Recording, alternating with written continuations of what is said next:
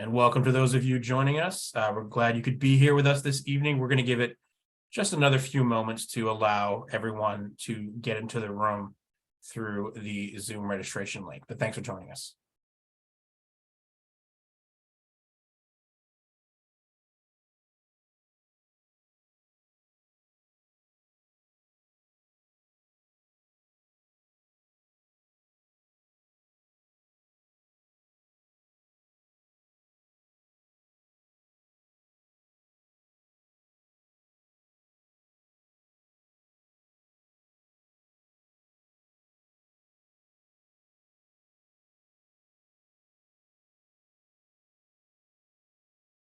Welcome, everyone. Glad you could join us all this evening for information session on community college and veteran and service member students. We're all excited to be here with you today to talk about our processes as well as our institutions this evening. So thank you for joining us. My name is Alex Buston. I am Senior Associate Dean of Admission at Princeton University, where I also serve as Director of Transfer and Military Veteran Admission. And I'm glad to be with you today, like I said, with some of my great colleagues who are just going to chime in now and introduce themselves. And we're going to go alphabetical order by institution. Good evening, everyone, or good afternoon or good morning, depending on where you're joining us. My name is Alexandra Hurd. I go by Lexi. I use she, her pronouns, and I'm joining it from Amherst College. Happy to speak with you guys tonight. Hi, everyone. Hero Byrne. I am also with Amherst College, Assistant Dean of Admission. I'm part of the military and transfer team. Very excited to be here with all of you tonight. Hi, everyone. My name is Stanley. I'm an admission counselor at Pomona College and very excited to be presenting today. Hi, everyone. I'm Alex D'Adezio. I'm joining from Williams College, Senior Assistant Director of Admission, and I manage the transfer and veteran admission programs for our institution. Excited to be here. And hi, everyone. I'm Becky Tynan, one of the Associate Directors of Admission in our office at Yale, serve as a member of our Eli Whitney Students Program team, and have also been a part of the transfer team in the past. And I'm joined this evening in the background by my colleague, Patricia Way, who will also be helping out with some questions tonight. So you will see her name popping up occasionally as well. Glad you're all here. Fantastic. Thank you all. And thank you everyone who is attending. As you see, we have 5 great institutions represented this evening and 7 of us total, most of us who will be presenting, as well as some of us working in the background to answer your questions live tonight as well. Many of you submitted some great questions in advance. We got hundreds of questions submitted with registration forms that we'll keep in mind. But again, there is that live Q&A box tool that you can use to submit live questions, though keeping in mind that we have a range of topics to cover tonight about both our processes and our individual institutions. So we may cover some of the questions that you have. We will have a separate open up live Q&A towards the end of the session as well, but do feel free to use that Q&A box for now. And we also have a live transcript available for those of you interested in captions. If you click on the CC button that says live transcript and set that to on or show subtitle, you should be able to see captions for the entire session. And as we said, we're all really looking forward to speaking to you tonight about our processes. Like I said, this covers a range of topics and populations, and primarily a lot of our students who are coming from community colleges or military backgrounds or both or some combination may be looking at transfer processes in the interest of selecting processes that permit them to transfer some of the college credit they've already attained from a community college, from other past colleges, online courses. So a lot of our information is going to be focused on that as well. To be clear, we all represent processes that have transfer or other non-traditional student programs as well. We all also are institutions that, of course, have first-year application processes for high school students, some of whom may be enrolled at their high school or dual enrolled in colleges separately. Those will not be covered as much tonight. That is more particular to our general admission session. So for high school students, including even if you are enrolled in a first-year process, this session will primarily be for students who are taking college credit post-secondary, so after enrollment, and managing the processes as well as the resources that we have for our transfer students, our non-traditional students, our veterans, and so forth.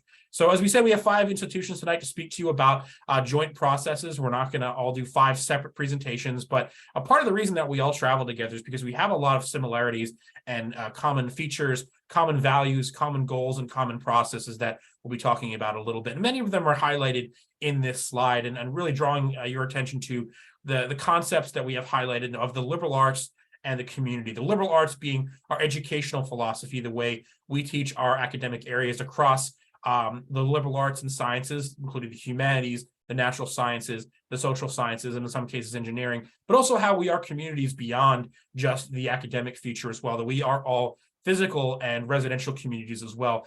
And part of being a liberal arts institution is valuing that interdisciplinary learning. We are all institutions that have some of the best academic resources and faculty in the world that are help you study to great depths of any particular area in historical periods or engineering concepts or scientific principles to great depth. But at the same time, our institutions as liberal arts colleges ensure that you get great breadth across different educational areas as well, to allow you not just to become an expert in a particular field, but really a leader in that field and understanding the intersection with what you're planning to do, what you're planning to study, with careers, with geopolitical circumstances, and so forth, to really become a leader in that field as well.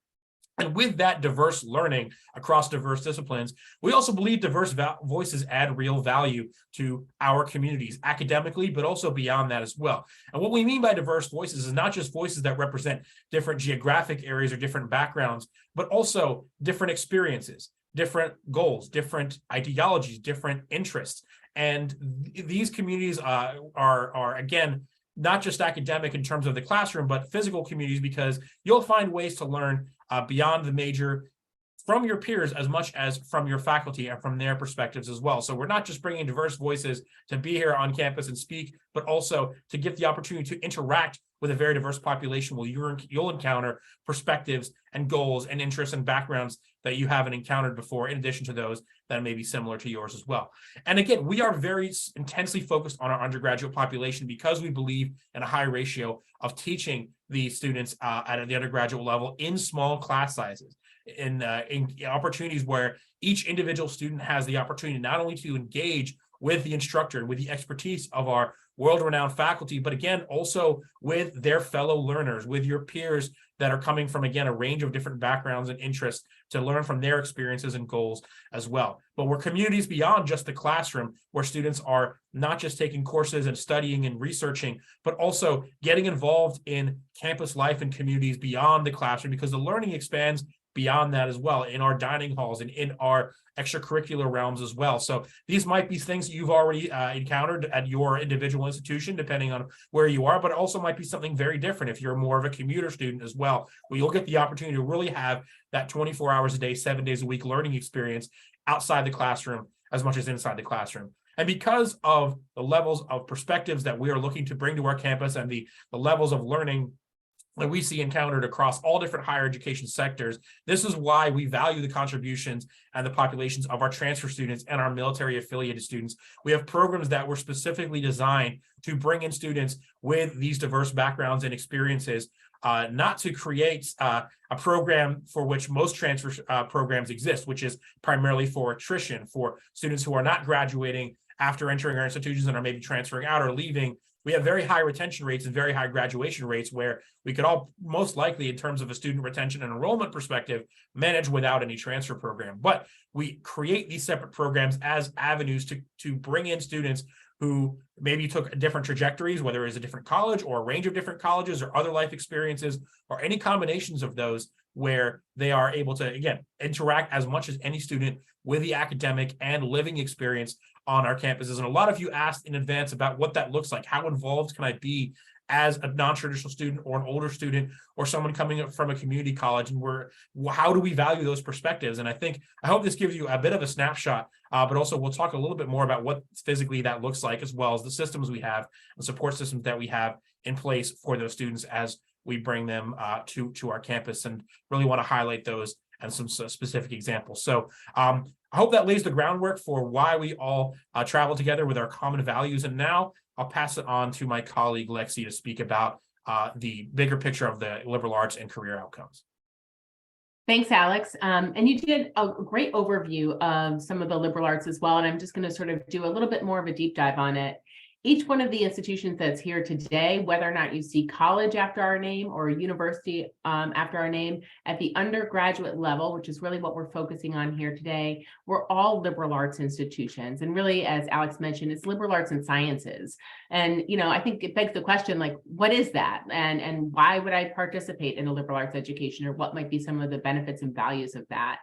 And as Alex mentioned, it is an education that is not focused on specific career training or vocational training. It's often a broad-based education, and it's focused on really skill development, critical thinking, problem solving, the ability to communicate. And as Alex mentioned also, we do that in community with one another. We really value education as a process. It's something that's constantly evolving.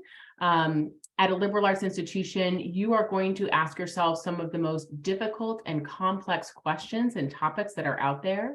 And that's true whether you're a natural sciences major or humanities major or social sciences major. And you're going to do so in these small, intentionally diverse communities, so that as you're tackling some of these issues and problems out there, you can say, all right, here's my perspective on that, but now I'm gaining all these other perspectives that are around there.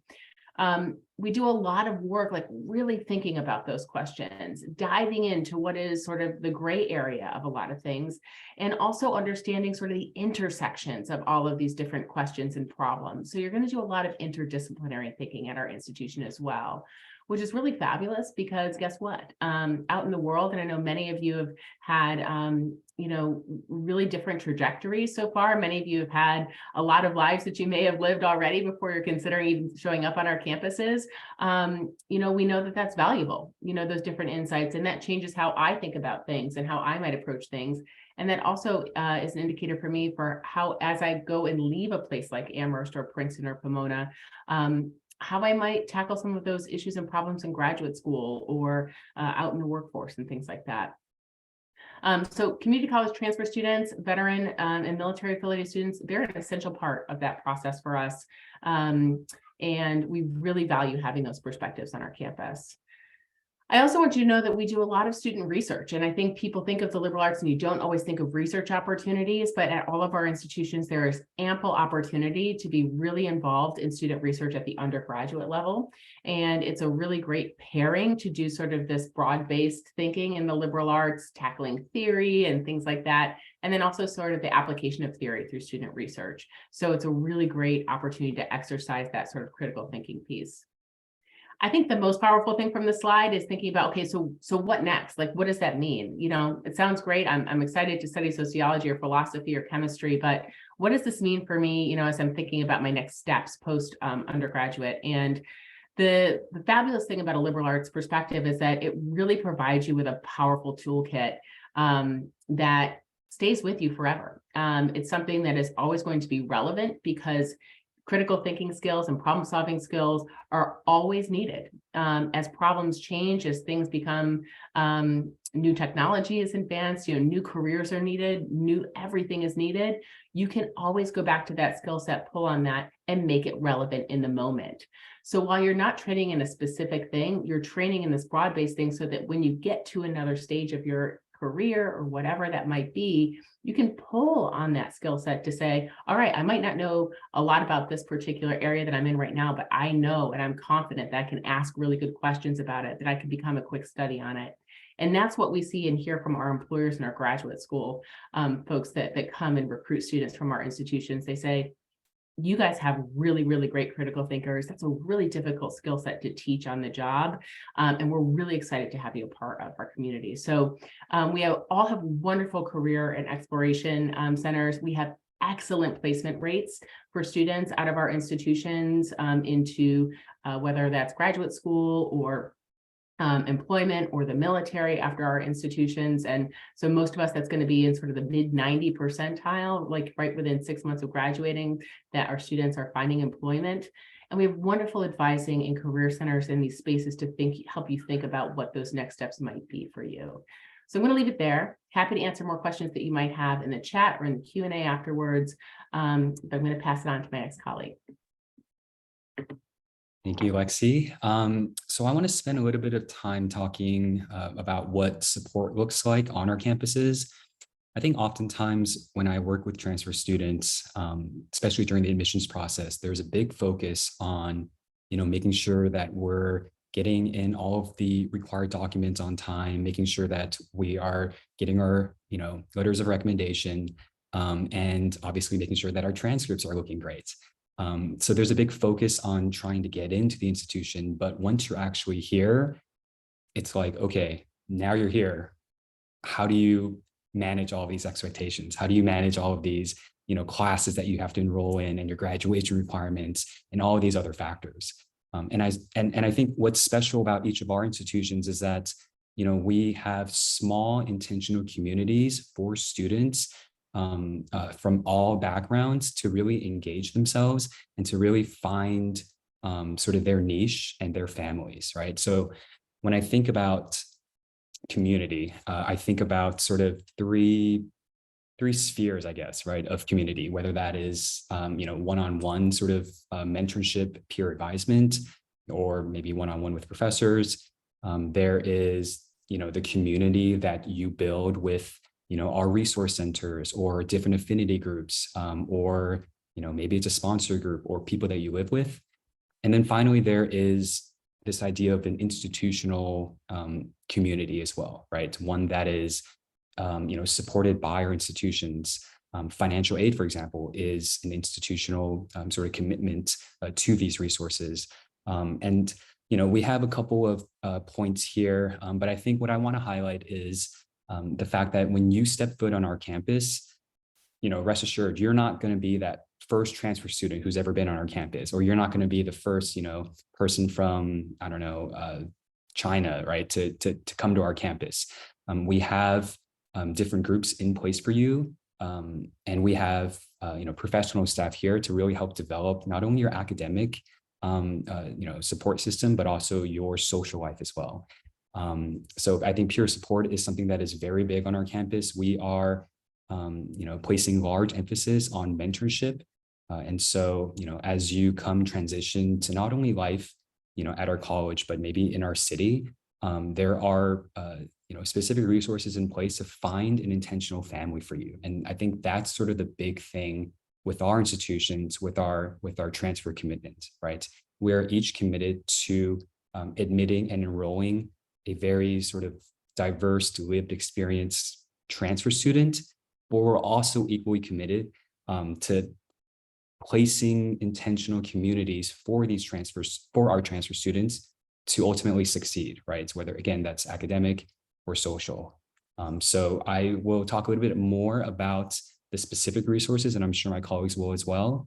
But one institutional resource that I mentioned was financial aid, which I think is a good segue for my colleague Alex, who will speak a little bit about financial aid and affordability. Absolutely. So thanks for that. Yeah, the supports and resources are extensive, as Stanley started to mention, but I've already seen so many questions coming up in the chat about financial aid. And so we certainly anticipated those and want to speak to the kinds of financial aid programs that we have on our campuses. So we'll spend a little time talking about what is a very key resource to student success, making sure that it is affordable. All of our institutions offer some of the most generous financial aid programs in the country. And we really try to think quite comprehensively too, as we put those together and think about what student need looks like and what financial support should include. First off, as well, I should mention that we are need blind in our admissions practices. So we're not going to be considering how much or how little you need as part of the admission process. So know that won't, if you have a need for a lot of financial aid, for example, that won't hurt you at all or even be considered within the admission review process. So this is separate. When it comes to financial aid and what you're actually receiving, we focus on need-based aid programs. What that means is that we'll look at your financial aid applications, whether that be the FAFSA or the CSS profile or some combination or something else, whatever the financial aid application that you need to send in for institution, we'll review the information in that, whether that's your individual financial information if you're an independent student, or your family's financial information if you're a dependent student. Look at that information and see how much you can pay towards college. That however much you can pay towards college, then we'll ask, well, how much more do they need beyond that to cover the cost of attendance at our institutions? And that however much more you need beyond what you can pay, that's what we're looking at when it comes to determining need-based aid. So it's all about your financial need. And our institutions meet 100% of demonstrated financial need for admitted students. I'm also using this term cost of attendance. And what we mean by cost of attendance here is really, again, the most comprehensive sense of the term. So we're thinking about tuition and the cost of classes, certainly, but we're also thinking about housing and food, those room and board costs. We're thinking about personal expenses, textbooks and course materials, all of the different components that go into, covering the cost of our institutions, travel back and forth to campus, for example, if you're spending breaks in another space. So thinking about all of those things, determining your need when it comes to them, and then covering that and addressing that as part of our need-based financial aid programs. The other thing that we try to do is to be really transparent and really open about what that financial aid will look like for you specifically. So once you apply, if you're admitted, when you receive that admit letter, you will also receive a copy of your financial aid package. So you'll know pretty early on what exactly your financial aid package will be, what are all the fine details of that, and you'll have time to ask questions about it too. This is something that you'll hear us say a few points throughout the presentation, but we really try to provide a pretty individualized and personalized and supportive experience for transfer and veteran students as they go through all stages of this process, the admission process, the enrollment process, and actually being students. And so we certainly provide opportunities for you to ask questions, make sure you really understand what the financial aid package is saying, and make sure it will work for you to make this an affordable option. We should also mention that sometimes there are costs along the way in the admission process. There might be a cost for the application. There might be a cost for a financial aid application.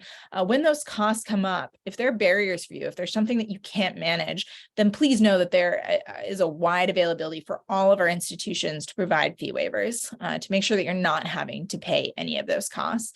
So if you do see a fee along the way, and that's going to stop you from being able to apply to something or be able to complete a required document, please reach out to us. There may be information on our website as well about how to get those fee waivers, but if you're not sure, just send us an email and we're happy to make that accessible to you.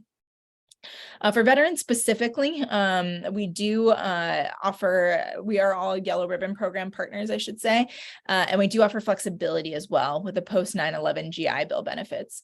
So that means that you can lean on your military benefits as part of addressing your costs of our institutions, and you're welcome to do that. And we certainly have students who do. But you may also choose to not use those military benefits, to hold on to them for other opportunities like graduate school, perhaps, and instead lean more solidly on our institutional funding, maybe federal and state funding, some other combination of supports to address your need instead. So we offer lots of options for veteran students and students broadly, really in many ways, but we really do our best to both think about all of the different costs that you're going to face when you come to our campuses, and to really do our best to address those based on your individual financial needs so that you can really focus on being a student and really thrive on our campuses and take advantage of everything we have to offer.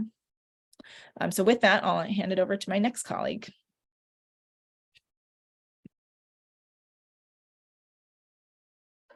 Who is trying to take herself off mute, but thank you so much, Alex.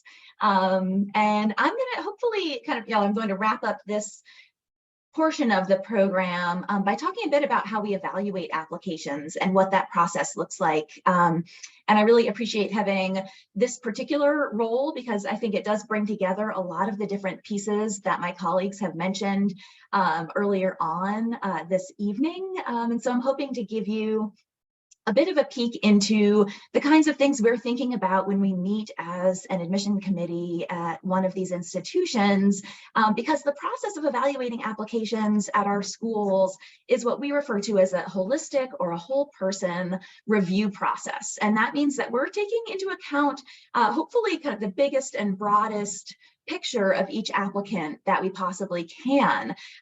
So a lot of the time we get questions about whether there are GPA cutoffs or whether we're only considering GPA or grades when we are evaluating applications. And although academic preparedness and ability to thrive academically at our institutions is certainly paramount, we're interested in who the humans are behind these applications and what contributions they'll have to make academically and personally and socially in our spaces and on our campuses.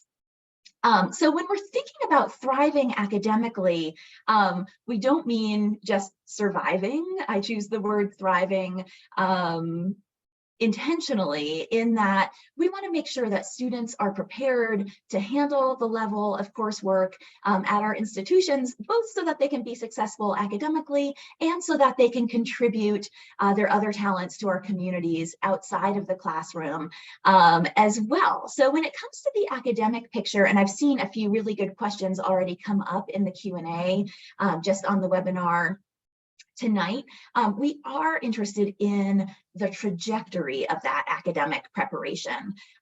So for students who may have been removed from their high school years by a number of years at this point, we're most interested in most recent academic performance. So it's certainly the case that when we are looking at students in our transfer pool or our non-traditional student pools, it may be that students had some bumps in their academic past, but if those students are then presenting us with more recent academic work that's very strong, that is what we're going to be focused on and what we will have most interest in. That is certainly what we've seen correlate most strongly with a student's performance once they arrive on our campus.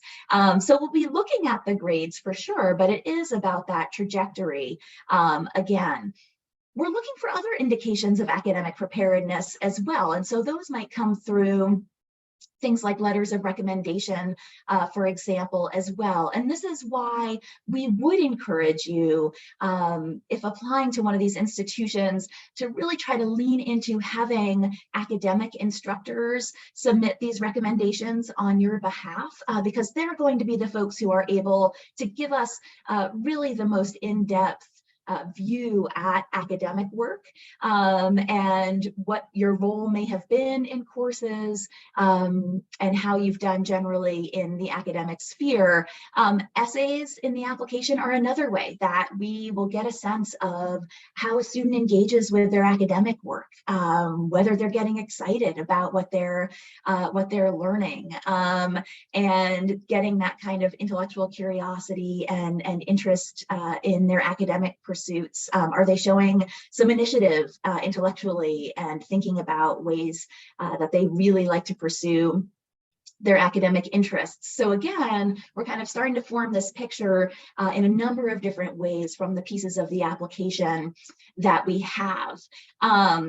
We are also looking for students who are going to be able to contribute to our campus outside of the classroom. So I saw a question in the Q&A about resumes and whether we'd be considering students' interests outside of the classroom, and absolutely. And that can be along any timeline, anything that is meaningful to you in terms of things that you've been involved in, we would like to hear about. And that starts to round out the picture for us of who someone is as a person and what they may be able to contribute to our campus. So that can be in a resume, that could be something that comes up in a student's essays. It can come up in a lot of different ways. There's mention here on the slide of testing. And each institution may have their own policies on testing at this point. Many institutions are test optional at this point in time, which means if students choose to submit testing as part of their application, the admissions committee will consider it. If students either have not taken a standardized test or choose not to share their standardized testing results with us, then that will not be part of the consideration as we evaluate their application. No value judgment made one way or the other when it comes to that process. And then another piece of things that may be present in an admissions process, and again, this is depending on the institution, may be an interview. And interviews can be another great opportunity for a member of our staff to get to know an applicant and hear about their interests. And again, just start to get a sense for what really is important to them, how they choose to engage academically and intellectually and outside of the classroom as well. So we encourage you to take advantage of interviews if those are an opportunity for you. Thinking about how we look at applications, I thought I might just take a minute to share an example for to give you an idea of a student who we admitted a few years ago to Yale. It was a student who on his first enrollment in college had a really rough go of it, decided to withdraw and take time off, and then re-enrolled later on, did a great job, had some really strong grades for us to look at, was admitted to Yale at that point, and is excelling in a challenging STEM major at Yale, and getting involved in a lot of different ways on campus. That's not to say that all students need to have a challenging academic past in order to be admitted, but that's just to show you there tends to be a breadth of academic experience and academic performance when we're looking at these applications. The last thing that I'll just mention quickly, thinking about the transfer of credit, is again, each institution may do this slightly differently, but as we are liberal arts institutions, the courses that are most likely to transfer to Yale or to any of these institutions are those that are in really core kind of liberal arts classes, things like history, English, the biological sciences, the social sciences broadly. Those are the kinds of things that will transfer to our institutions most readily. Things that may not transfer are more pre-professional type coursework. And also another thing to think about is that some online classes may be transferable, some may not. So this is a good question to ask of various institutions that you may be considering applying to. But know there's value in taking the coursework, even if there are courses that may eventually not transfer to one of our institutions. When it comes to the admissions process, we're going to be interested in what coursework a student has engaged in. And just by virtue of taking that coursework, it may allow students to be well prepared for our communities as well, even if it doesn't end up transferring. And just as Alex was talking about financial aid just now, the financial aid is so generous at these institutions that typically students are very happy to spend as much time enrolled on our campuses as they can, because there are so many opportunities for them to take advantage of, and because the financial aid programs are making it possible for them to really take full advantage of that. So with that, I'm actually going to pass it along to Hira, my colleague, who will talk a little bit about some of the partnerships of which we're a part. All right. To those of you who are military connected in the audience tonight, we did want to share some of the partners that all of our institutions work with. For the Marines, there is the Leadership Scholar Program, and also happy early birthday. I know that's happening tomorrow. If you are looking for support in terms of the application process itself, how to navigate essays, getting your letters of rec, all of these pieces we've been talking about today, Service to School will help guide you through all of that. And then there is Warrior Scholar Project. This program provides academic boot camps, so you can get a taste of the classroom before you join any of our campuses or any college you're going to. All of these programs are free, and please check them out and share them with your buddies in case they haven't heard about them.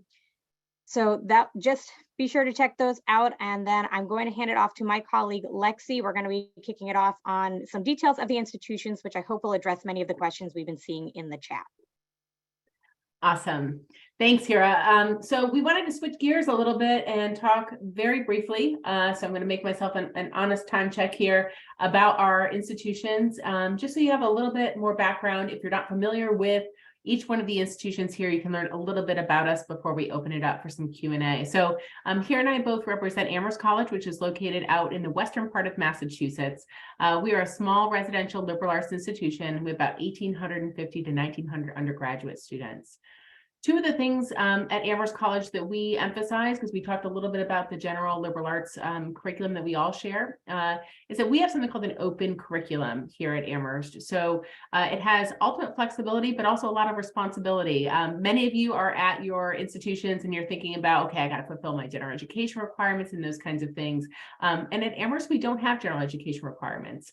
So we don't have distribution requirements either. We do require that our students are full-time, and that for us is 4 classes in a given semester, and that you are with us for the amount of semesters that you have. And we do have a major system, so you do have to complete a major in your time with us. But outside of that, your course selections are completely at your own discretion. It also works really well in terms of transfer of credit.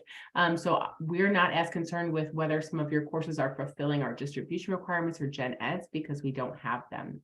So it really is an awesome opportunity to sort of explore the curriculum and also dive in where you want to and where it will meet you where you are, which again, as a transfer student, you have some limited time on the campus, so you can make the most of that. We're also a member of the 5 College Consortium. So in addition to the 1,850 students that you have at Amherst College, there's about 30,000 undergraduate students that are right in our general area within a 10-mile radius. You can take classes at these other institutions in the 5 colleges, and those other institutions are Smith College, Mount Holyoke College, Hampshire College, and the University of Massachusetts at Amherst. And you can also participate in any of the social activities on these campuses as well. So it really creates a really robust community here where you kind of get the benefits of being at a small institution, but the resources of a much larger institution at your fingertips, all completely free of charge. On the bottom here, I've got a little bit about our transfer student community. Like all of the institutions here today, we do have a focus on our community college transfer program. And about 50% of our transfer students over the last, let me do some quick math here, 16 years have come from community colleges. So we've got a longstanding program at Amherst and dedication to that. We do have a spring transfer program and a fall one. Our spring deadline just passed on November 1. And like all of the institutions here have some dedicated transfer student support. One of our resources is the Class and Access Resource Center at Amherst. And just a quick stat there too about some of the financial aid available, which we talked about a little bit earlier, but it's nice to see some numbers there too. So happy to chat more about Amherst, but I'm going to pass it on to our next institution here.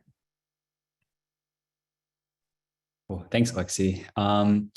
So Pomona College is a liberal arts college located in Claremont, California, which is about 35 miles east of Los Angeles. And I want to frame this introduction to Pomona, talking specifically about our location. So we are a little bit unique in that, being a liberal arts college, we're not on the East Coast, right? We're close to LA, where students are taking advantage of their experiential learning. So things like research, internship opportunities. You're in the #2 most populous city in the United States. So our students are really exploring their, academic experiential learning side, but also, doing fun stuff as well, right? Specifically in Claremont, California, there are actually 4 other liberal arts colleges. So like Lexi mentioned, Amherst is a part of a consortium. Pomona is also a part of a consortium of colleges. We are the founding members of what's called the Claremont Consortium. So along with Pitzer College, Scripps College, Claremont McKenna College, and Harvey Mudd College, we have decided to come together to combine resources for our students. So we have just under 1,700 students at Pomona, but altogether, all 5 of us have just around 6,000. So you're kind of getting the benefits of, the small class sizes at a liberal arts college, the close, intimate connections with your professors, but you're also getting a large, vibrant, social sort of campus feel. Students at Pomona are able to eat at each other's dining halls, right? 17 dining halls total within the Claremont colleges. We share things like clubs and activities. So it's a nice mix of both worlds, I think, for a student who's interested in the academic learning, but also that social piece as well. And on the bottom part, a little quick notes about our transfer community. We enroll around 20 to 30 transfer students every year. We only do fall admission. About half of our students are coming from a community college. We do a cohort model. So, as I alluded to from the community piece that we talked about, just for example, this past year, we enrolled, I think it was 4 or 5 veteran students. They came in together as a cohort, meaning that, they're living in the same hall together. Much of the resources that they're experiencing are all shared. And so it kind of creates, again, this intentional community family feel so that you don't feel like you're sort of on your own in this journey. So with that, I just want to be cognizant of the time. I will pass it along to Princeton. Thank you, Stanley. Hi again, everyone. Once again, Alex Buston from Princeton University. I'm Senior Associate Dean and Director of Transfer and Military and Veteran Admission there as well. There's my contact info, as some of you have been asking. Please feel free to email me if you have follow-up questions, or my entire team as well.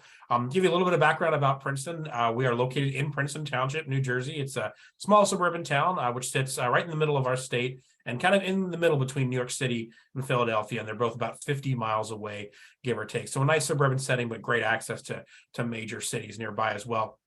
What's unique about Princeton, especially academically, is that we combine the resources of a major research university and a small liberal arts college. We have some of the top academic resources and faculty in terms of Nobel Prize winners and major resources on campus that are very lopsidedly dedicated towards our undergraduate students in a pretty unique ratio that you don't really see at other major research universities. And this is really seen alone by the ratio of undergraduates to our graduates, almost twice as many undergraduates as graduate students. And that's very rare to have for a major research university. So our top faculty and our top resources are available and really provided for our undergraduates in small class settings and also in research. We are a major research university and one of many hundreds across the United States, but very few, if any, absolutely guarantee research for every single undergraduate. And that's something that our undergraduate focus allows us to do, regardless of what liberal arts or science or engineering major you happen to be involved in. You are guaranteed to work one-on-one with faculty member to design your own original independent research, again, through that real depth of study that I was talking about earlier. And because we are an undergraduate focused community, we are built around our undergraduates absolutely physically as well. And therefore, we guarantee housing for all students on campus, whether you are a traditional student enrolling for the first time in college, or this is your 3rd or 4th college and you're coming as an older student with a family, with a spouse, with kids, with pets or whatever. We have something on campus for you as an option, or obviously if you decide to live off campus, we'll cover that cost of attendance as well. With our transfer program specifically, for those of you who are looking to transfer, which I imagine is the majority from either community college or as a veteran or some kind of combination of those. This was actually reinstated in 2018 with community college students and veterans particularly front of mind, partly because that was a pathway that was lacking for those students as well in prior years when we didn't have a transfer program. It was started on a very small scale for the first 4 cohorts from 2018 to 2021, when we had about 10 to 15 transfer students entering per year. And now we're more than doubling or even tripling that to 30 or 35 students enrolling every year, starting in 2022, starting with the students who just enrolled this past fall. The majority of our transfer students are absolutely eligible for, and they can qualify for full financial aid. This is all students, whether it's state residency, citizenship, whatever, first year transfer, it doesn't matter. We will guarantee to meet 100% of that demonstrated need as well. So again, those resources being very highly dedicated towards our undergraduate students. This applies in our support systems as well, not just the academic work, not just the financial aid program, but also some of the transition programming we have managed through our Centers for Access and Opportunity, and specifically our directors of transfer, veteran, and non-traditional student programs who manage summer bridge programming, who manage student mentoring, student transition programming, and connected well with our primary student organizations that serve our transfer and veteran students, the Princeton Transfer Association and the Princeton Student Veterans Organization as well, all of whom work very closely with obviously each other, but also incoming students as well to provide that transitional model for those students. And like I said, this is something that is continually growing, especially now as we start to expand this year. The application for fall 2023 is now live. Some of you may have looked at it in advance and couldn't find it because it was launched just a few weeks ago. But if you go on to Common App or through this website and this URL linked here as well, you'll find the instructions for submitting an application. And definitely check out that URL for more information about our current students as well, through blogs and videos and so forth, and also their social media pages. You can certainly connect with our current students if you're looking to get a sense of some of other students who have transferred from the community college, from the military, or otherwise and a similar path that you're looking for as well. So happy to talk to you more about Princeton down the road, but for now, I will wrap it up and pass it off to Alex to talk about Williams. Thank you, Alex.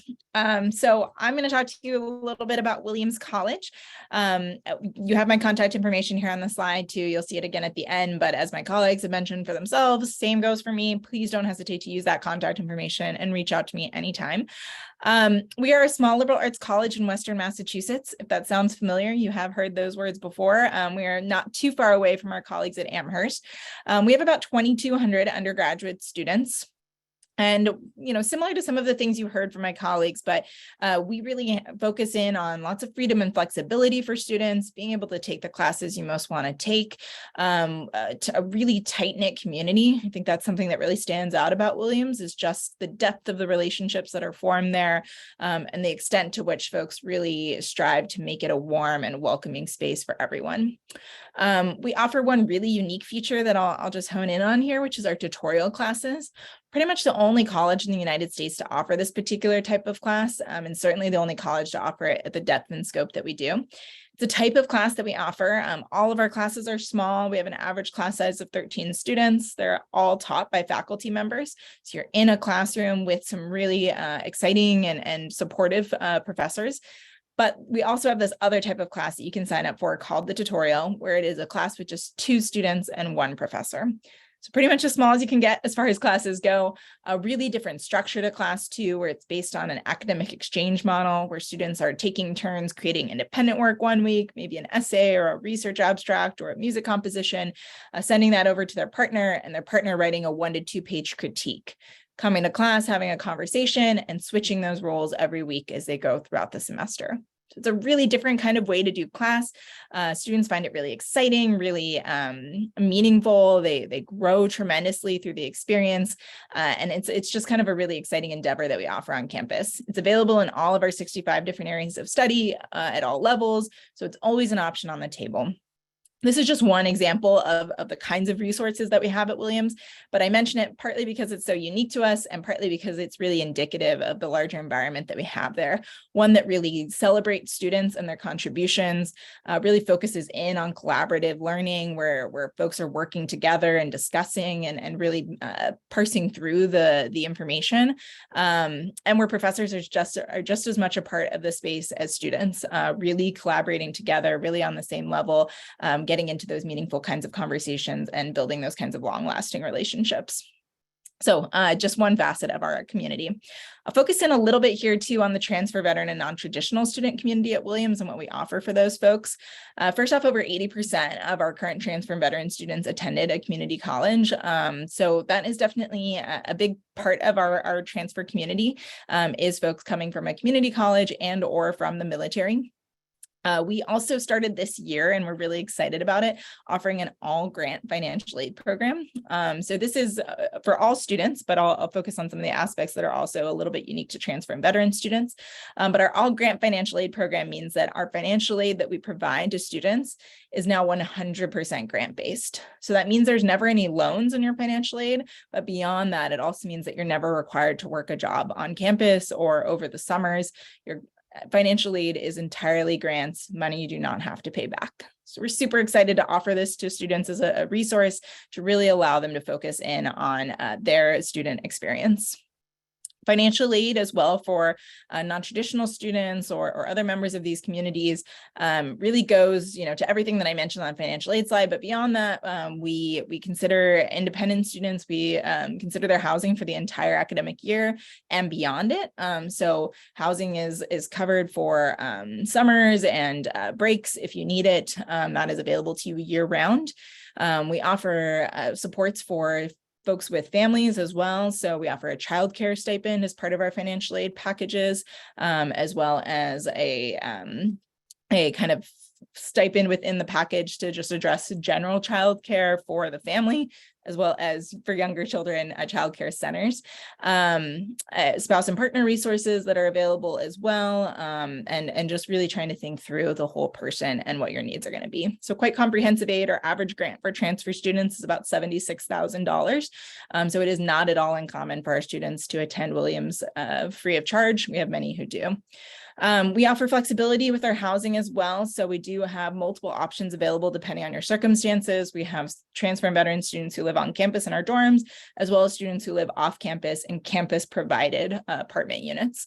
So some flexibility there, but all of our students are within walking distance to campus still. So still very much a part of the campus experience. We have a dean of transfer and veteran students as well, who helps in many different ways, but also helps to run an orientation program specifically for transfer and veteran students. The kind of bottom line, I think, here at Williams is that you have the opportunity to be fully included as a student, to have access to pretty much everything any other student does, but also to have those important moments of differentiation for the kinds of specific supports you might need based on your pathway and your entry into our space. Really quickly, if you want to explore us more, we have the Williams Travel Grant Program. You can apply and receive an all expenses paid visit to campus at a time of your choosing. Really encourage you to check it out. It's open and available on our transfer and veteran pages on our website. And we do offer monthly virtual transfer and veteran information sessions as well. And certainly I'm happy to do one-on-one appointments with students interested. So again, don't hesitate to reach out to me. With that, I'll hand it over to you. All right. Thanks again, Alex, and thank you all for sticking with us. And I know I'm the last one here before we get to probably the most important part of the evening of the Q&A. And so I will try to keep things quick. A few of the things I wanted to mention about Yale, just kind of where we are. We're located in New Haven, Connecticut, which is about halfway between Boston and New York City. And New Haven's a small city of about 180,000 in terms of population. Our campus is right down in the middle of the city, so it has an urban feel to it while also still maintaining a nice campus feel as well. You can see my background here is a part of campus called Cross Campus, so it certainly still feels like a campus, but also has the urban setting right around us as well. We are, I believe, the largest institution on the webinar tonight. We've got about 13,000 students university-wide. About 6,500 of those are our undergraduate students who are studying in Yale College. I saw a very good question of Princeton in the Q&A, similar models in that the college is the undergraduate portion of things and it sits within the broader university. For Yale, the university includes 13 graduate and professional schools in addition to the college. Importantly, I want to mention in terms of the way the academic scene works, the student to faculty ratio is about 6:1, and close to 80% of our classes enroll fewer than 20 students. So the majority of courses offered on campus are going to be smaller seminar style classes. So in many ways, our students who come to Yale as undergrads, whether they come in as first years, as transfers, or as part of our Eli Whitney program, which I'll explain in a minute, they come into this academic environment where they are going to have ready access to the top faculty and scholars on campus in these smaller seminar style classes. And that access to faculty, I think, is something that makes Yale the special place that it is, in that our faculty is really very focused on teaching undergraduate students in these smaller classes. At the same time, our students as undergraduates have the opportunity to tap into the opportunity at the graduate and professional schools as well. So we have students who are undergrads doing research at the medical school, or we have students taking courses as undergrads at the law school. And so the ability to both have that smaller undergraduate experience and also tap into those resources at the graduate and professional schools can be a really important part of the experience for our students. Most of our students as undergrads will take graduate level coursework by the time they graduate. Importantly, there are 3 different admissions pathways at Yale. So students can apply as first year students They can apply as transfer students. They can also apply to our Eli Whitney Students Program for adult students. And the Eli Whitney program provides a unique and really our most flexible program for students in that it is the only program at Yale in which students may choose whether to enroll full-time or part-time. So there's great flexibility there. Students can semester by semester decide whether they want to enroll full-time or part-time at that particular time, depending on what else they might have going on in their lives. Regardless of which of those pathways an applicant chooses and how a student winds up being admitted to Yale and enrolling at Yale, their opportunities and their degree eventually are going to be exactly the same. They are Yale undergraduates. They're going to graduate with the same Bachelor of Arts or Bachelor of Science degree that any student at Yale would have. And they also have available to them all the different extracurricular activities and involvements that any student would have. We typically have 30 or 40 students each year who are admitted as transfers or through the Eli Whitney program. Usually about half of those are admitted coming to us from community colleges, which is great. I know there's a lot of information coming at you tonight, so if you remember one thing about what we've shared, it is this accessibility and affordability piece. Yale 2 provides financial aid awards that do not use loans, so all of our financial aid is need-based and is awarded in the form of grants that do not need to be paid back. We also have wonderful funding separate from financial aid awards to support students for study abroad or internships or summer research, all sorts of different funding that's available that way. For some students who are applying for financial aid and who qualify, they may qualify for support with childcare expenses and a childcare subsidy. And so those are a few of the ways that we certainly work to support our students and meet them where they are in terms of their life experience and what their needs may be, so that we can help them to make sure they can thrive in all ways as a Yale student. So with that, I will hand it back over to Alex Buston, and we'll move on to Q&A. Thank you, Becky. So we'll transition now to outside of the formal part of the presentation to open up, I guess, and kick off the Q&A, although kickoff is probably not the right word because, as we mentioned, we've had a live Q&A chat box open that many of you have been using to put into great use, which is great. We've had well over 100 questions coming through there as well. And like I said, several hundred of you submitted advanced questions too, which we will try to cover in addition to the live questions that have come in tonight. Just before we get into that, a couple of just points here to mention. The contact information that I think many of us had in our slides, we've just got consolidated it here as well for you as well, so you can note that down as well. The registration link too, for many of you are here because you had a registration link, but if you connected otherwise or you're seeing this separately, please do feel free to go ahead and register even after the fact. This will allow you to be on our mailing lists for one, but also will provide a follow-up content to it, which will include this recording as well. We are recording this session, as we mentioned, and we do plan to send it to all students who have registered, regardless of attendance, production quality permitting as well. So please go ahead and register if you haven't already. That follow-up information will also include more information from us, including our email addresses and so forth, and how to connect and so forth going forward. So now, again, turning it over to you, we've had some Q&A questions that we've been typing answers to as well, but we'll answer some live here as well. And one that I'll kick to you, Lexi, since it came specific to, I think, part of the admission process, kind of a broad question to expand a little bit more on what traits or experiences specifically, or maybe generally, from transfer students, traditional or non-traditional, stand out in the application process, and how should students contextualize and provide that information when speaking about their experiences? I think it's a great question, and one we get a lot because it's the one that you're all thinking about as you're putting together your applications. Like, what experiences are they looking for? What do they want to hear from me? And truthfully, there's not a defined set of what we're looking for. We're definitely all looking for students that are going to take advantage of the resources that we have on our campus. But I have to tell you, there's endless ways to do that. And there's endless ways to demonstrate that. So when we do review, as Becky mentioned, we're doing holistic review. So we're really trying to assess, your individual journey and your individual experiences. So there aren't specific experiences that we need to see in an application, or there's not sort of a checklist that we're running through mentally that says, does the student exhibit this, and this, and then, okay, now I'm interested in the student.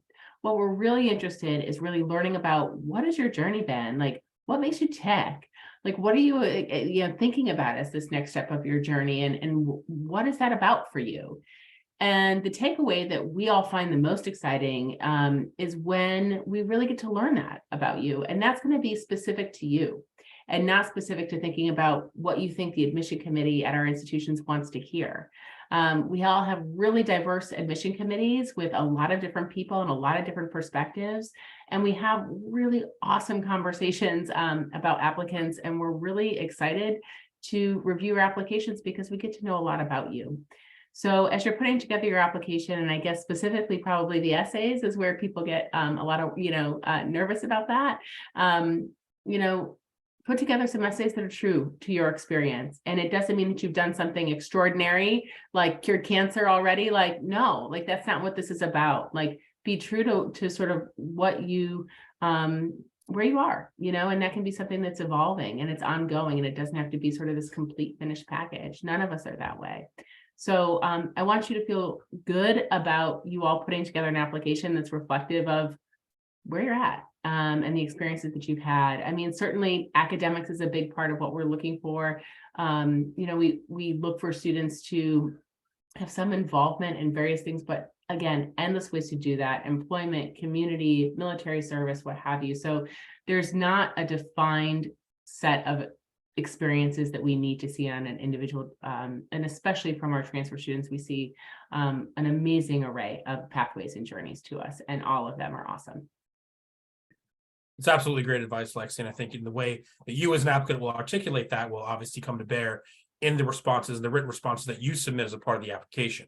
Another part of the application comes from the support you receive from your recommenders, from your advocates who are also helping to speak to your narrative. And Stanley, I'll pitch this to you just more specifically to how you would advise students to look at our letters of recommendation, not only within the requirements that we have, but also keeping in mind that a good number of students, at least at some point in the last few years, were dealing with a COVID model where some of the closer interactions that may have existed prior and are maybe starting to return since weren't in place. So how would you advise those students to take advantage of the opportunities, knowing that some of those traditionally required interactions might have been a little bit different?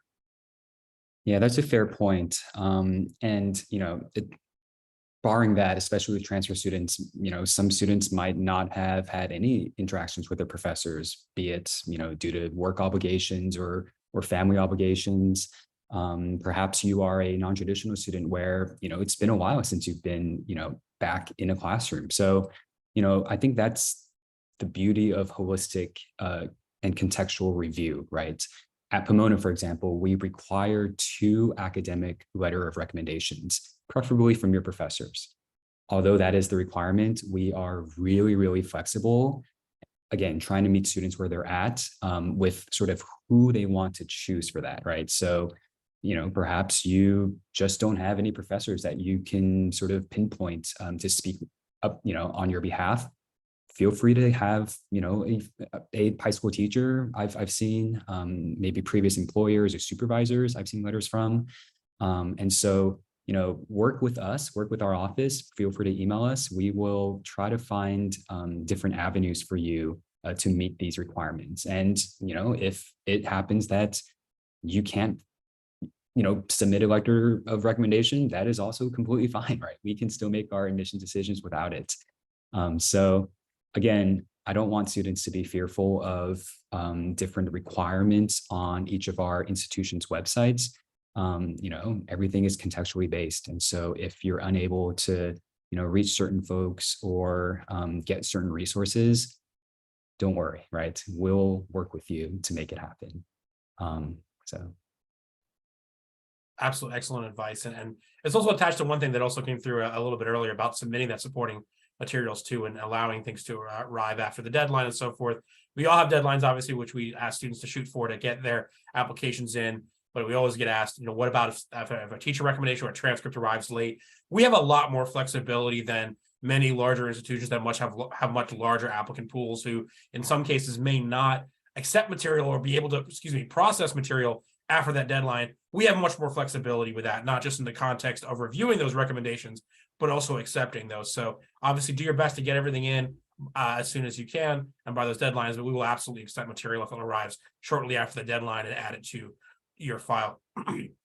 Alex, I want to pitch a question to you about financial aid, just come up, and really more about, you talked about the great resources that we have, but to dig a little bit deeper, I think on the front end, and also what it looks like for students who are maybe transitioning from a different model, about having the living expenses covered and what that means for work study, for part-time work as well. How does that tend to work for transfer students, whether it's work study, and how does that approach connect with the rest of the financial aid award institutions like ours? Yeah, it's a great question. And I know there's so many nuances to financial aid at every institution, but it can always be a little tricky to grasp on to the fine details. So thanks for those asking that question. So to that point, there will be a little bit of difference, I'm sure, at each of our campuses, but I think there will be more similarity more than anything. So with how that works, because our financial aid is so generous, because it is so comprehensive in what it considers, because it factors in housing and food and personal expenses, and really tries to think, again, of the whole of your experience. We find that our transfer and veteran students, even those that might identify as non-traditional or becoming with others to our campuses, often don't feel the need to work beyond our campuses. Sometimes they're not even working a campus job. The financial aid is that comprehensive. So while some students will take on some kind of a work study campus job, it's a pretty manageable amount of time, maybe varying from roughly 6 to 10 hours a week. And that gives a little bit of extra spending money, a little bit of extra pocket money for those kinds of expenses that you have on a day-to-day basis. But we generally find that our students don't feel the need to go beyond that, to work a job outside of campus, to be, having a part-time or even a full-time job that they're trying to manage in addition to our classes. While many students that we read applications for have been doing that, maybe while enrolled in community college, and really impressively managing those two things together, when they come to our campuses, we find that many, again, of those students don't feel the need to do that anymore because of the very extremely generous financial aid that we have. So it's a bit of a shift in framework, as Alex mentioned with this question, and I know it can, again, be a little hard to grab onto sometimes. We'll be happy to talk more about this as you go further along in the process, but just know now that because we have so many exciting things going on our campus, we want you to be able to focus on that and to take advantage of that. And that's why we put so many of these resources right there at your hands from the beginning, so that you don't have to have that same kind of experience where you're balancing, a job and school at the same time.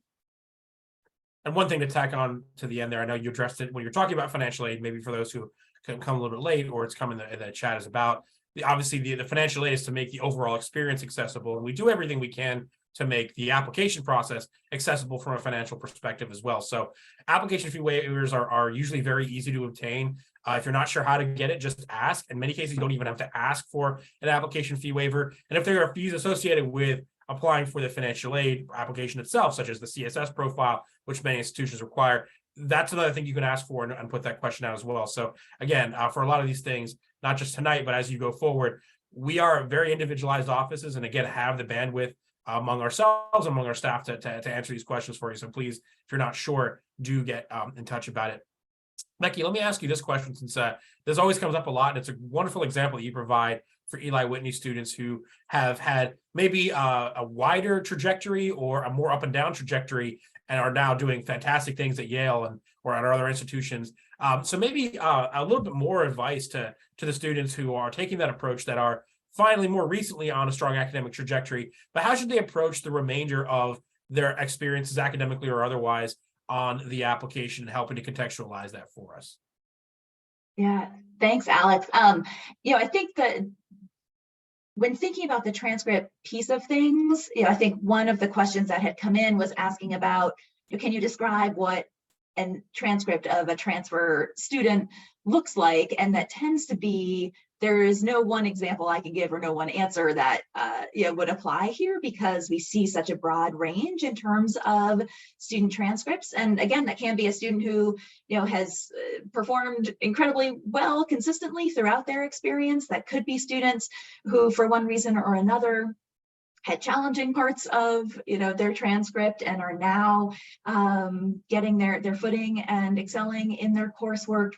We see such a wide variety, and I basically just want to emphasize that there's no value judgment in terms of if a student may have had some lower grades in the past. We are most interested in those recent performances. And I think for those of you who are taking courses currently or may have a little bit of a runway before you're applying to programs like ours, thinking about the courses that you're taking, and if you're looking at institutions like the ones represented on the webinar tonight, thinking about getting into some of those courses that are going to be liberal arts type courses that one might find in our course catalogs on our campus. But the other thing I'd like to mention about transcripts as well is that please take the opportunity to use the additional information section of the applications to share any context that you'd like to share with us. There was another question about having some withdrawn courses on a transcript and whether that would hurt a student.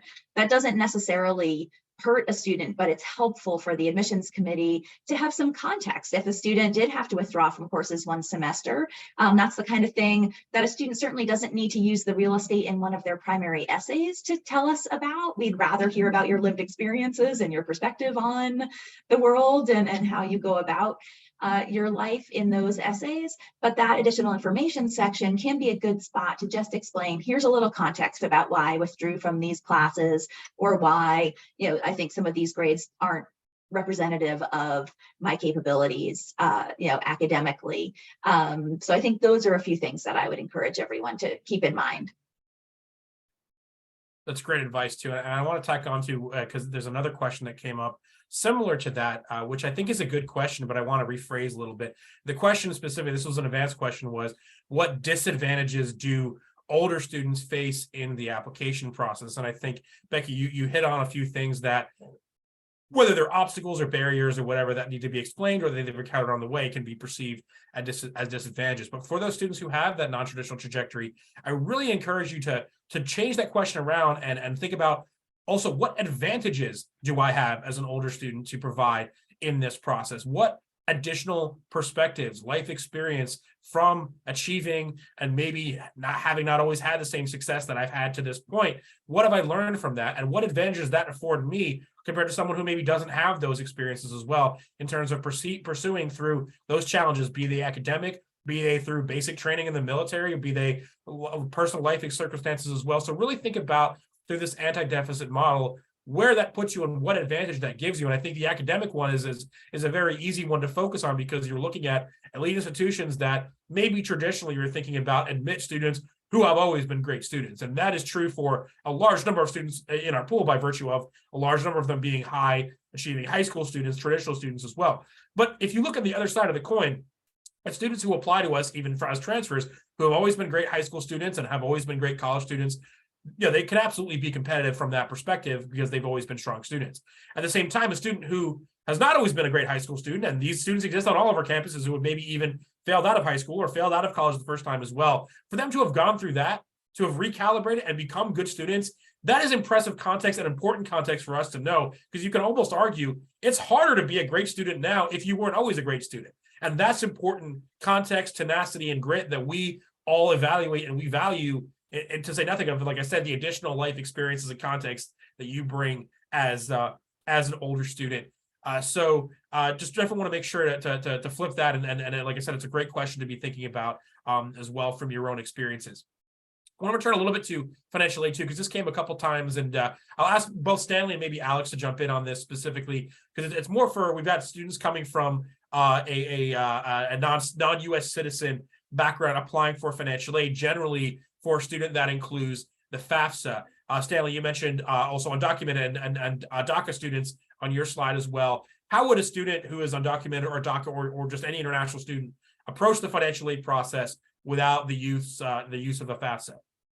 Yeah, so from my understanding, the FAFSA application is used to apply for federal aid, whereas the CSS profile is used for institutional aid. So if you're a student who is not completing the FAFSA, I would definitely recommend still submitting the CSS profile, which will qualify you for institutional aid. And each of our institutions have very generous, I'm sure you've heard throughout the presentation, very generous institutional aid in the form of grants and scholarships. So need-based scholarships. So again, money that we give you that you don't need to pay back.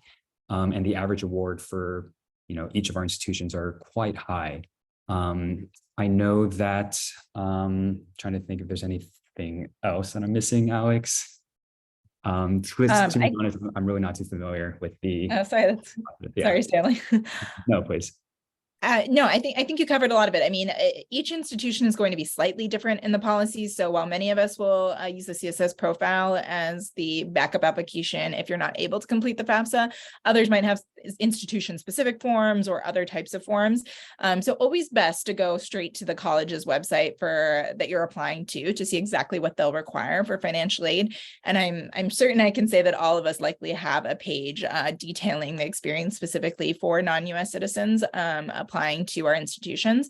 But just know that because you can't complete the FAFSA, if you can't complete the FAFSA, that does not mean by any means that you qualify for any less financial aid. There are forms and documents that might look a little different as to what we require, but at the end of the day, we will find a way to find out your specific financial information and to figure out exactly what it is you qualify for within our need-based financial aid systems, and to be able to address those costs in whatever form we need to if you're not qualifying for federal or state aid. So it doesn't hurt you. And if you have questions about it, if it feels confusing at all, you've heard this from us also many times, but I'll say it again, don't hesitate to reach out to us. Don't hesitate to ask those questions specifically to us. Thank you, Alex. And we've just been joined by my cat Pebbles, who's decided she wants to be part of the presentation as well. So apologies for the interruption. If my power goes out, she probably chewed through a cord. Let me pass this one on to Lexi.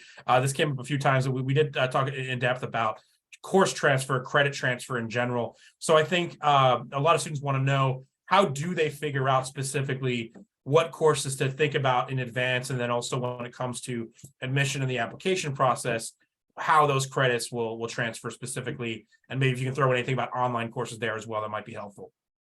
Yeah, definitely. I know many of you are likely looking at your state institutions for transfer, and you're used to being able to see these very defined transfer pathways through that have these very specific courses on there. In Massachusetts, it's called Mass Transfer. In California, I hear students talk about the AGETSI all the time and sort of lining that up. And you'll find that at our institutions, we don't have those set kind of pathways or databases, which at first can feel a little bit like, oh my gosh, how am I supposed to know what I'm doing here? But in many ways, I encourage you to sort of flip your thinking on that, because the lack of specificity for an exact pathway means that if you are lining yourself up to be eligible to some of those guaranteed admission programs that have very defined pathways, and the pathway that you're on is in general a liberal arts pathway, that means that you're probably going to be very, very well positioned at any of the institutions here today to have a good majority of your credits transfer. And so I encourage you to think about your options. So none of us want to advise you on courses that you should take that are going to close off opportunities for other admissions offers for you. If you're admitted to our institutions, we would love for you to attend us, but we also want you to end up at institutions that are going to be the best fit for you at that time. So the goal is also that maybe you have a few options available to you.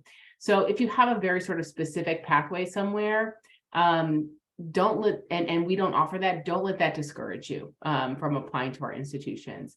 In general, coursework within the liberal arts, so within the social sciences, humanities, natural sciences, and mathematics, is going to be really well positioned. And in general, at most of your community colleges, the gen ed requirements that you're kind of taking in your first couple of years there are going to be excellent in terms of transferability to our institutions. I will say that each of us will give you a credit evaluation at the point of admission. So you will know that there. And as we've all been mentioning, please reach out to us. Some of us may even have the capability to do sort of an unofficial look at your transcript or your estimate of credit. I don't know that any of us give guaranteed options there, but we can give you a ballpark of saying, okay, yeah, you're on a really great track for us. You're going to be eligible to apply.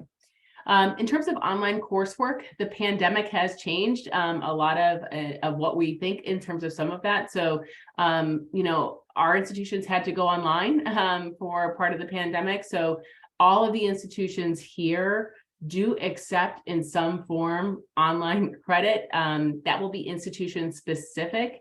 And some of us are continuing to accept some forms of online credit. Some of us aren't. So I do encourage you to reach out to the individual institutions that you may be applying to.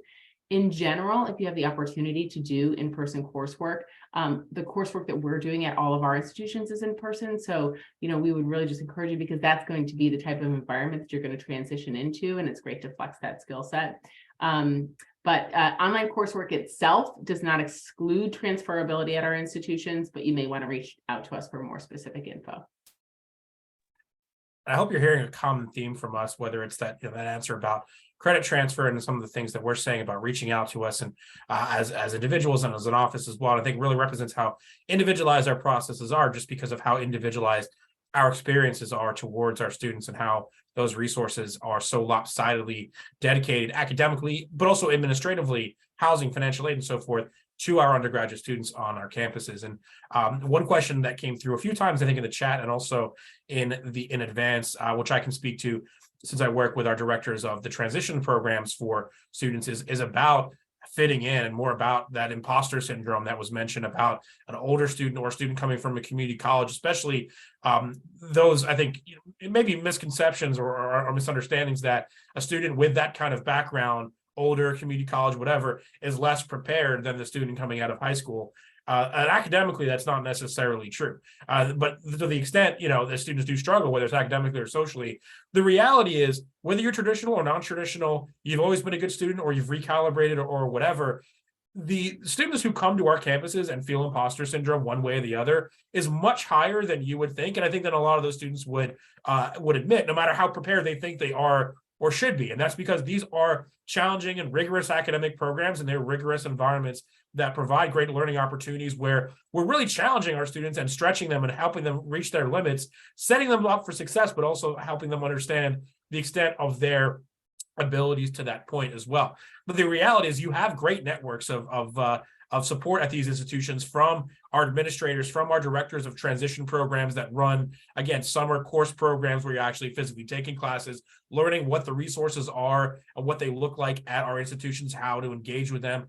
And also, you'll engage with students who were literally in your shoes 1, 2, or 3 years ago, and they're on our campuses and felt that exact same imposter syndrome that you were feeling one way or the other, whether it's because of your transition from X state or Y community college or the military or a non-traditional trajectory otherwise as well. So there are great support systems that, as I said, kind of right at the beginning, our transfer programs do not exist to make up any lack of retention rates. Our retention rates and our graduation rates are very high. And that's not just because all of our students are 100% brilliant, but it's because that's coupled with also the great support systems that they have. Because I think it's a common trope when you're looking at these institutions, and especially like their admission rates or whatever, that people assume, oh, these are very hard schools to get into. And it is true that we aren't able to admit, every strong student who is able or eligible or competitive. But the more accurate statement after that is that, whether that's true or not, these are also very hard schools to fail out of, because there are so many resources there to support you and to catch you in terms of whether it's academic struggles or social struggles. And this is a combination of our faculty who care about teaching, our administrators and our professionals, mental health professionals and so forth, that are professionally trained to assist you with those academic or non-academic challenges that you face, as well as, again, your peer students who literally have been in your shoes in past years and can speak to and understand exactly where you're coming from and how to help you navigate it, and also give you that assurance that what you're feeling is not a you problem. It is something that is a thing that an experience that all of our students just about encounter one way or another. So that's what I've experienced and what I've seen from our institutions in terms of how we are working with, again, some of these resources that many of you have asked about and that Stanley spoke about earlier in the presentation. I'm going to pitch this one to Hira, I think, if you're able. And I think it's about thinking about extracurricular activities and the way students speak about that on the application, to the extent they've already been involved in something or maybe are looking to get involved in something separately. How would they kind of speak about that on the application and kind of what we're looking for, what our expectations are for them to this point, and also as they think about it, getting involved on our campuses? Yeah, so in terms of the activities and things that you're involved in, as we've talked about kind of throughout this whole process, we are looking holistically at what you're involved in. So of course we want to know the academic pieces, but we do also want to hear about the other things that you are involved in. This may be related to your service, that may be other programs that you're doing. I did see somebody mentioned a skill bridge.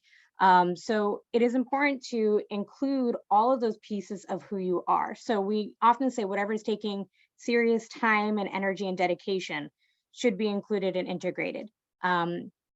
This helps bring your application to life, really. We get to see a lot more of who you are at each one of our campuses. You are not just going to be a student, you're a community member. And we do like to see what people are interested in, the passions they bring, and again, those other perspectives that they are going to have as they're talking in our classes and again, engaging with the rest of our communities. So it is important to think very broadly about your activities and not just limit them to, again, what am I doing at my institution right now? Again, please include any type of employment that you're doing, serious caregiving, things of that nature. And again, if you're wondering if it's worth putting on there, it probably is.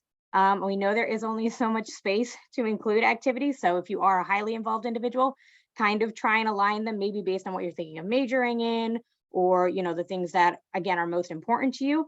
But it is a critical part of the application for us. We don't want you to just think that that's this throwaway section, because it does add to that well-rounded piece of who you are. So that's kind of my take. And I think that's how many of our schools are looking at that piece, again, to kind of add a little more vibrancy to the application itself.